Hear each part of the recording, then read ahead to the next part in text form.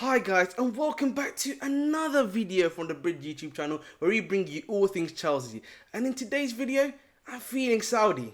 Yes, that's right, I'm feeling Saudi. And we're going to be discussing all of the major outgoings from Chelsea Football Club to the Saudi Arabian League and where they are all at so far. And then to finish it all off, we'll be discussing a little bit on Nicholas Jackson and Kepa Arrizabalaga. Let's get into it.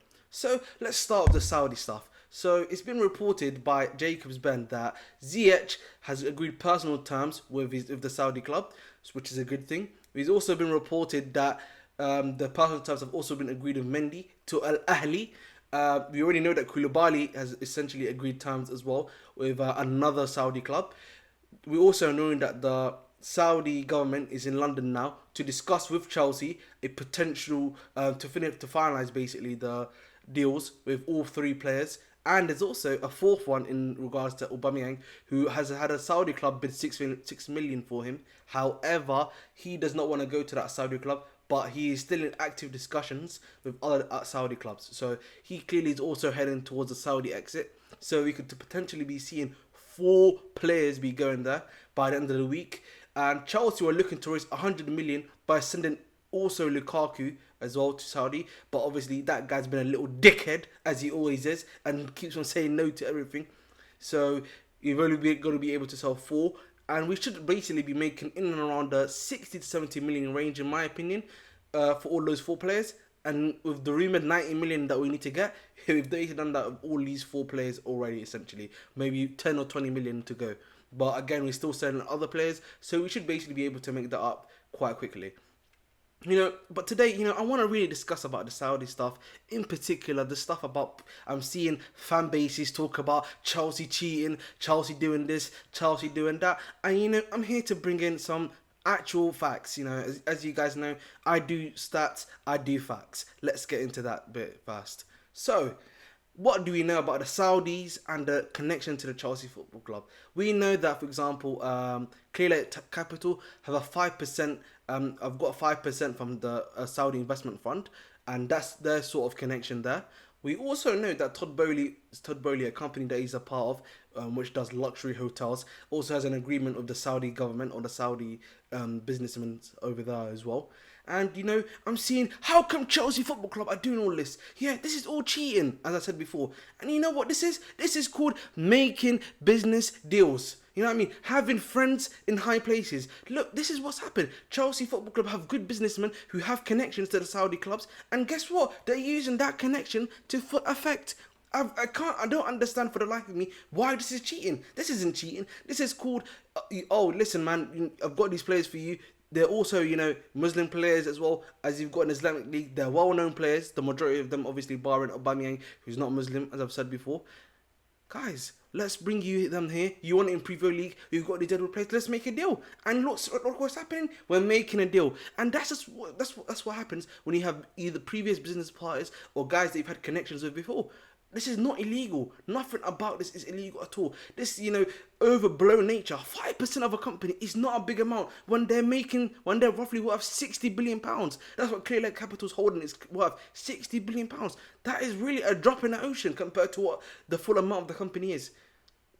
So, all these rival fans are just hating because, they can't get rid of their Deadwood players. They can't get rid of the Deadwood players. You look at Arsenal, man. They can't get rid of Rob Holding. They can't get rid of any of the other rubbish players they've got. And they're always complaining. Yeah, PD up. We don't care, bro. We don't care. And at the end of the day, this is good work by the league. I remember last week, as I said to you in a previous video, people were complaining, why is Bowley in Saudi Arabia? Just they're eating food. Nonsense after that. And guess what's happened? By this week, we could potentially be selling 4 players to them and basically cutting even, removing all of that money that we've lost.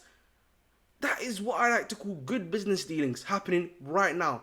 And let's just end that there, man. Because the Saudi link, bro, I hope it continues to give us, even more money. And, guess what's happened, guys? As of recently, Bernardo Silva's also going up from the Saudi leagues. So to make it out like Chelsea the only ones that are getting, deals done from the Saudi league, it's not true. Look at even Ruben Neves, another one that got big money from the Saudi league and got sold for 47.5 million from Wolves to the Saudi league.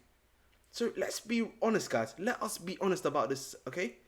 Now, let's move on to the other two players I've mentioned, and I'll start with Kepa. So it's been reported now that Kepa is going to be the new #1 goalkeeper. He's going to remain there for another season, and that Chelsea are actively looking now for a #2 goalkeeper, namely the Sevilla goalkeeper. Namely the Sevilla goalkeeper, Georgie. I can't really say his surname, but he's the Georgian goalkeeper. And again, this is not good news in my opinion. I don't really like Kepa. I don't think he's good enough to be a star at the football club. Should we keep him for another season to be #1? Not really. If there is a value for the market for you to get another player, as I've said before, someone like a Onana. Obviously, I know that Mania is kind of off the table. There's also other options in my eyes, such as a from Nantes, none other than Lafont. He's a very good up-and-coming young player as well that we could be bringing into the field, but clearly we're not trying to do that at all. But again, I'm saying this again, I do not want Kepa as a starting goalkeeper. I have no trust of him with long shots. He has a bozo gene in him. We know how many mistakes he's made. We know the type of player he is. We do not want Kepa at the football club, man. Seriously, please. Send him out on loan, bro. Do some loan agreement and get the #1 goalkeeper in.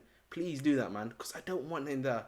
And finally, I'm here to discuss none other than our good friend Nicholas Jackson, a guy that I've spoken about regularly on this YouTube video. It's been reported today that Chelsea have informed Villarreal that they're going to meet the release clause, that they're now just discussing installments essentially of the deal. A contract's already been personal terms or contracts essentially have been agreed with Nicholas Jackson's agent, and it's pretty simple running from there. So that is all the news for today.